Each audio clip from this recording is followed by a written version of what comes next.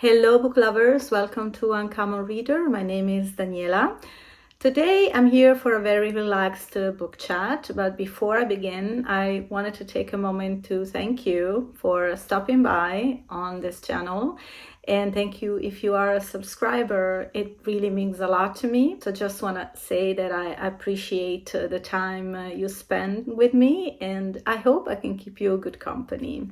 I also wanted to make a small announcement regarding the programming on Uncommon Reader. Since now I'm usually publishing my videos on Fridays with a few additions on Tuesday for Tag Tuesday. But I feel the need to change things up a little bit, and I've made some early New Year's resolution, which will begin to take effect right away. Because I want to be a little more creative. I don't know how many of you know that I also have another older BookTube channel in Italian. So as a creator, I really want to diversify my content, although sometimes it's not always possible because, I have a certain amount of books that I read and I want to talk about. So it's kind of unavoidable to talk about the same book in both channels. But I'm also trying to do it in a different way. For example, you may have seen some reading vlogs when I'm able to read books in English. To diversify more content here on Uncommon Reader, I do need to follow my creative flow, and that will require a little bit more freedom without feeling caught in that deadline of the Friday. And therefore, future videos will be published spontaneously, randomly, and I encourage you to hit that notification bell so you won't miss the future videos. And the minute actually I made this decision, I felt way lighter and at the same time way more creative, because I got a few ideas for future videos. And hopefully you will also benefit from this decision I make, because in the end, I really want to create better content here for the channel. And so what to expect in the future on Uncommon Reader? Well, it doesn't mean I'll be less present, and actually I'll be more at ease maybe to do more book tags on Tuesdays. And recently, actually this week, I launched my first original book tag that I created with Renee, the Christmas music tag. Have you seen it? I'll leave a link in the info box for you if you missed it. I also want to create more playful content, so I will create more book tags on my own for the future. And also I want to do more buddy reads, and with Renee we've got a few books in mind for 2025. And if you are a creator and are interested in collaborating with me for a buddy read or a book tag, please get in touch. You can leave me a comment or you can reach me on Instagram. I'll leave my link to Instagram on the info box. It's connected to my Italian channel, but it's always me. Don't be afraid. I look forward to connect with you. I also hope that I'll be able to do more travel vlogs.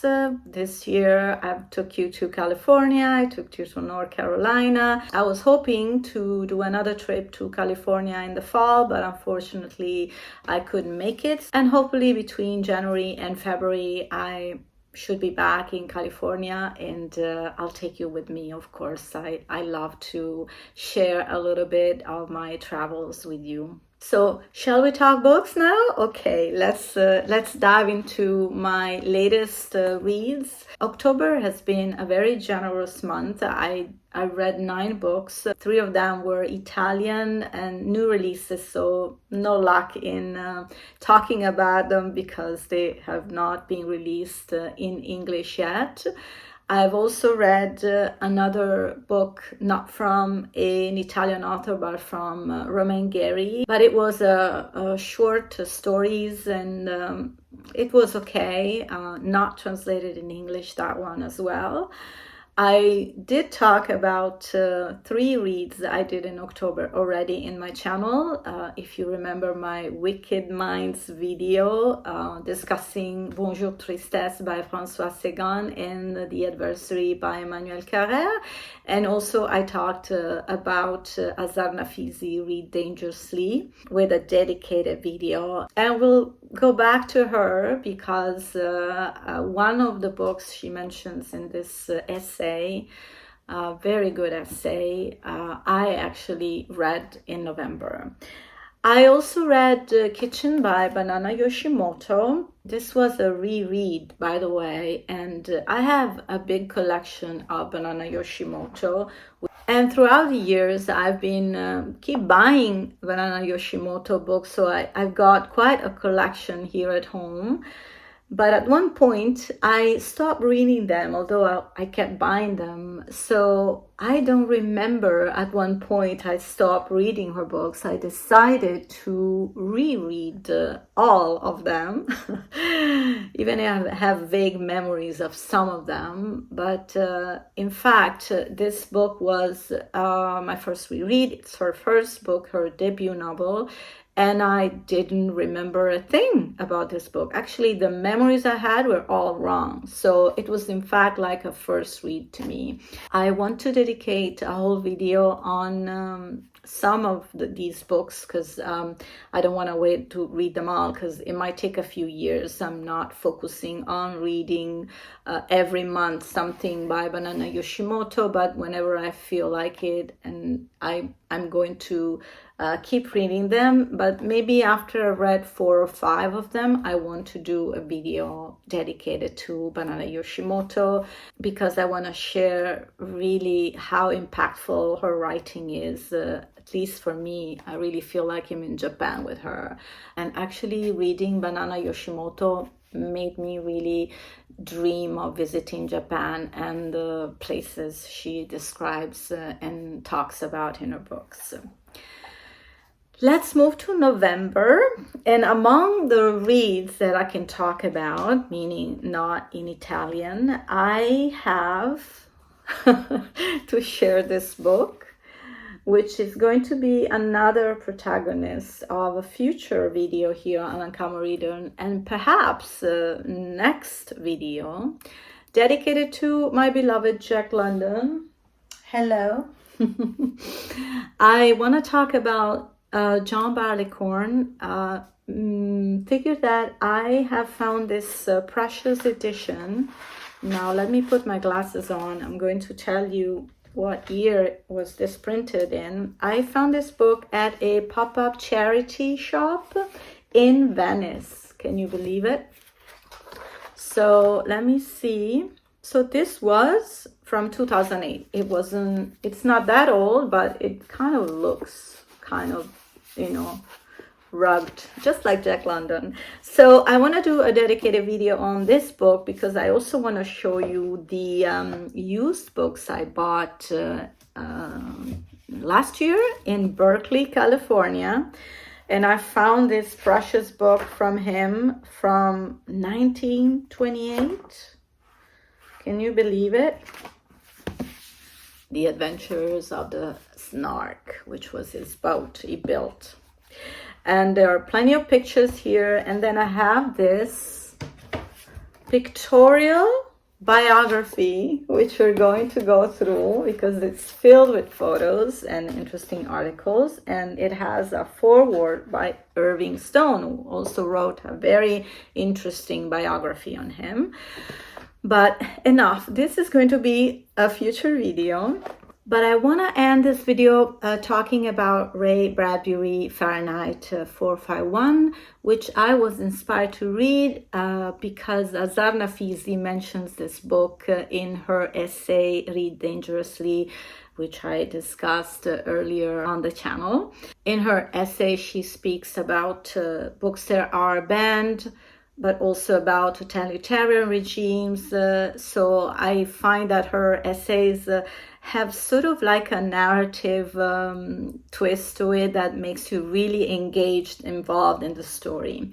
The protagonist of the story is Guy Montag, who is a fireman, but he actually doesn't put out fires. He actually burns books and also the houses where they're hidden in.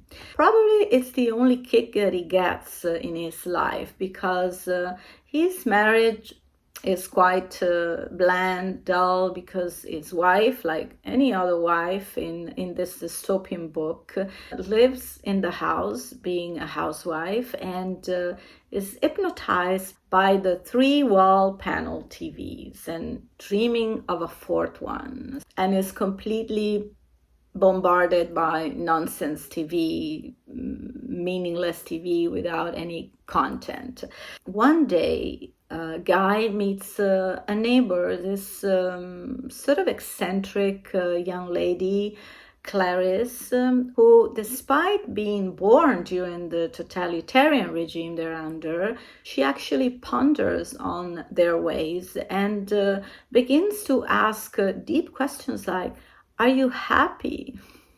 In the book, we feel that Clarice is definitely influenced by her family, because she mentions this uncle that told her that once upon a time in museums they used to have paintings and sculptures depicting humans.